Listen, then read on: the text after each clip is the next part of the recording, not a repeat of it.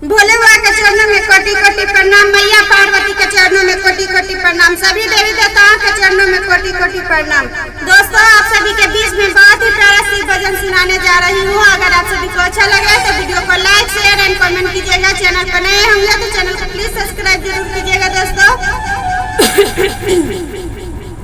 फूसा के झोपड़ी आज शिवा गुरु माटी के आंगनवा। फूसा के झोपड़ी आज शिवा गुरु माटी के आंगनवा। सिसिया पुकारे गुरुजी माटी के आंगनवा। रूना पुकारे गुरुजी माटी के आंगनवा। फूसा के झोपड़ी आज शिवा गुरु माटी के आंगनवा। सिसिया पुकारे गुरुजी माटी के आंगनवा। सोने सिंहासन गुरुजी रतना जारवली। सोने सिंहासन गुरुजी रतना जारवली। आसन बैठाए वे गुरुजी माटी के आंगनवा।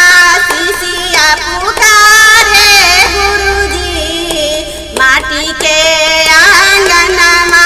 सोने के थालिए गुरुजी गंगा जाला पनिया।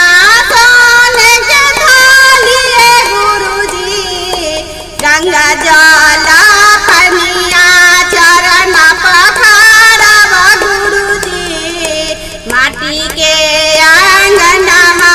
चरण पखारब गुरुजी माटी के आंगनवा।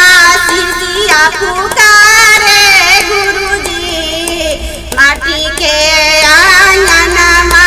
सोने के थालिए गुरुजी छापन रंग मेवा। सोने के थालिए गुरुजी छापन रंग मेवा। भोगवा लगाए गुरुजी माटी के आंगनवा। भोगवा लगाए गुरुजी माटी के आंगनवा। सिसिया पुकारे गुरुजी माटी के आंगनवा। कंचन थालिए गुरुजी कपूरा के बाती। कंचन थालिए गुरुजी कपूरा के बाती। आरती उतारबे गुरुजी माटी के आंगनवा। आरती लगायब गुरुजी माटी के आंगनवा। सिसिया पुकारे गुरुजी माटी के आंगनवा। फूसा के झोपड़ी आज शिवा गुरु माटी के आंगनवा। सिसिया पुकारे गुरुजी माटी के आंगनवा। अब न रहबे गुरुजी माटी के मकानवा।